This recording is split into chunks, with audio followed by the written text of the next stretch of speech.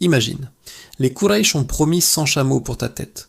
Tu es le messager d'Allah, traqué comme un fugitif dans l'immensité du désert. Une grotte, une araignée, une colombe et un miracle qui va sauver l'islam naissant. C'est l'histoire de la Hijra, le voyage qui a non seulement fondé notre calendrier, mais qui a changé le cours de l'humanité. Reste bien jusqu'à la fin pour découvrir la leçon de ce récit qui peut transformer ta propre vie. Pour bien comprendre, il faut revenir en arrière à la Mecque. Le prophète Muhammad, paix et bénédiction sur lui, est né orphelin. À 40 ans, il reçoit la première révélation dans la grotte de Hira. Pendant 13 longues années, il appelle à l'adoration d'un Dieu unique, l'unicité, le Tawhid. Mais la réponse de son peuple est brutale. La persécution s'abat sur les premiers musulmans. On se souvient tous de la torture insupportable subie par Bilal, de l'assassinat tragique de Soumaïa, la première martyre de l'islam. Les musulmans endurent un boycott de 3 ans, affamés, isolés dans le clan des Banu Hashim. Le sang coule à la Mecque, mais la foi grandit dans les cœurs. Les musulmans saignent, mais le tawhid s'enracine. Subhanallah, quelle patience incroyable de la part du prophète et de ses compagnons.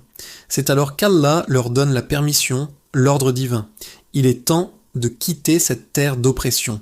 L'heure de la hijra vers Médine a sonné. Le plan des Quraysh était diabolique. Comme Allah le révèle dans le Coran, ils complotèrent par Saint pour assassiner le prophète.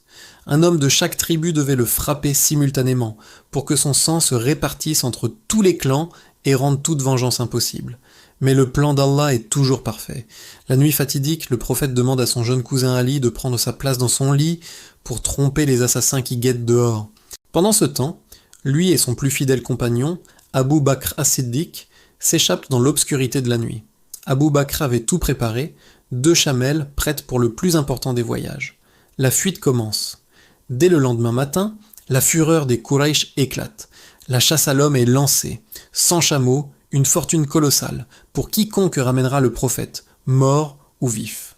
Les meilleurs traqueurs du désert sont à leur trousse. L'un d'eux, Suraka ibn Malik, un guerrier redoutable, parvient presque à les rattraper. Il voit le prophète et Abu Bakr devant lui. Mais à chaque fois qu'il s'approche, les pattes de son cheval s'enfoncent miraculeusement dans le sable, comme s'il s'agissait de sable mouvant. Après plusieurs tentatives, il comprend qu'une force divine protège cet homme. Il demande pardon et promet de détourner les autres poursuivants. Le prophète et Abu Bakr se réfugient alors dans une grotte sur le mont Taour, au sud de la Mecque, pour déjouer leurs poursuivants qui les cherchent au nord. C'est là que se produit l'un des miracles les plus célèbres de l'islam. Ils se cachent à l'intérieur pendant que les Quraysh arrivent à l'entrée même de la grotte. Abu Bakr est terrifié. Il murmure au prophète « Ô messager d'Allah, s'ils baissent simplement les yeux, ils nous verront. » Imagine la tension, le silence, le souffle coupé. Mais par ordre d'Allah, une araignée avait tissé une toile parfaite à l'entrée et une colombe y avait pondu ses œufs.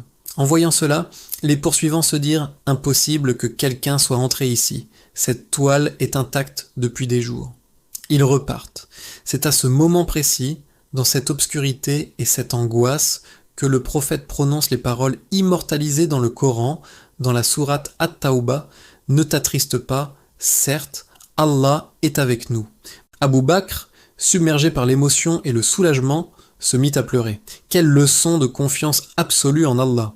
Il reste 3 jours dans la grotte, jeûnant, jusqu'à ce qu'un berger, complice de leur fuite, leur amène une chèvre. Par la bénédiction d'Allah, cette chèvre leur donnera du lait en abondance, les soutenant pour la suite de leur périlleux voyage. Après des jours de marche épuisante sous le soleil brûlant du désert, ils arrivent enfin en vue de Yathrib, qui sera bientôt rebaptisée Médine, la ville du prophète. L'accueil est indescriptible. La ville entière est en liesse. Les enfants, les femmes, les hommes, tous sont sortis pour accueillir le messager d'Allah. Ils chantent en chœur le célèbre Tala al-Badru alayna. La pleine lune s'est levée sur nous, l'un des premiers hymnes de l'histoire islamique. C'est un moment de joie pure, de délivrance. Le prophète ne perd pas de temps. Il commence immédiatement à construire les fondations de la Oumma, la communauté musulmane. Il unit les tribus rivales des Wawakwa et des Khazraj qui se faisaient la guerre depuis des décennies. Il établit un pacte de fraternité entre les émigrants de la Mecque, les Muhajiroun et les habitants de Médine qui les accueillent, les Ansar. Ensuite, il rédige la Constitution de Médine, un document révolutionnaire pour l'époque qui garantit les droits et les devoirs de tous les habitants de la ville, musulmans, juifs et autres, créant ainsi le premier État islamique pluraliste. La première chose qu'il construit est sa mosquée, le Masjid Nabawi, un lieu de prière, d'éducation, de gouvernance et de rassemblement social. C'est aussi là que la voix puissante de Bilal retentit pour la première fois avec l'appel à la prière, l'adhan. Un nouveau chapitre s'ouvre pour l'islam. Alors, quelles leçons pouvons-nous tirer de cette histoire extraordinaire pour notre vie d'aujourd'hui? La première et la plus importante est le tawakkul, la confiance totale en Allah.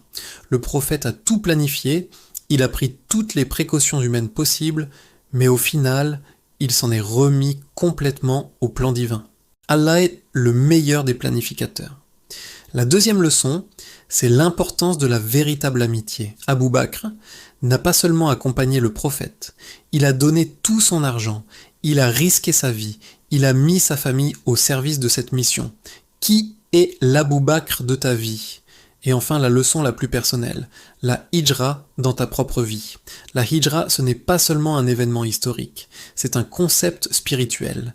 C'est quitter une situation de mal pour une situation de bien. C'est faire la hijra du péché vers l'obéissance, du haram vers le halal. C'est peut-être quitter un travail illicite pour un gagne-pain béni, même s'il est moins rémunérateur. C'est endurer avec patience les épreuves en espérant le secours d'Allah. C'est prendre un nouveau départ. Tout comme le prophète a fui le polythéisme de la Mecque pour établir l'unicité à Médine, peut-être que ta hijra, c'est de fuir les distractions futiles des réseaux sociaux pour te réfugier dans la lecture quotidienne du Coran.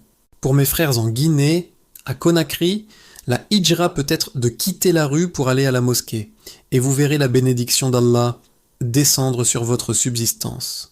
Subhanallah, sans la hijra, l'islam tel que nous le connaissons aujourd'hui n'existerait peut-être pas. Cet événement est la pierre angulaire de notre histoire et de notre civilisation. Si cette histoire t'a touché, si tu es prêt à faire ta propre hijra personnelle, commente hijra juste en dessous. Raconte-nous quel est le miracle qui t'a sauvé dans un moment difficile de ta vie. Partage cette vidéo à 3 de tes amis pour que la bénédiction se propage. Et surtout, abonne-toi pour ne pas manquer l'histoire complète du prophète Younous, Jonas, la semaine prochaine. Nous terminons avec une invocation. Seigneur, accorde-nous une belle part dans ce monde et une belle part dans l'au-delà, et protège-nous du châtiment du feu. Merci à tous et que la paix soit sur vous.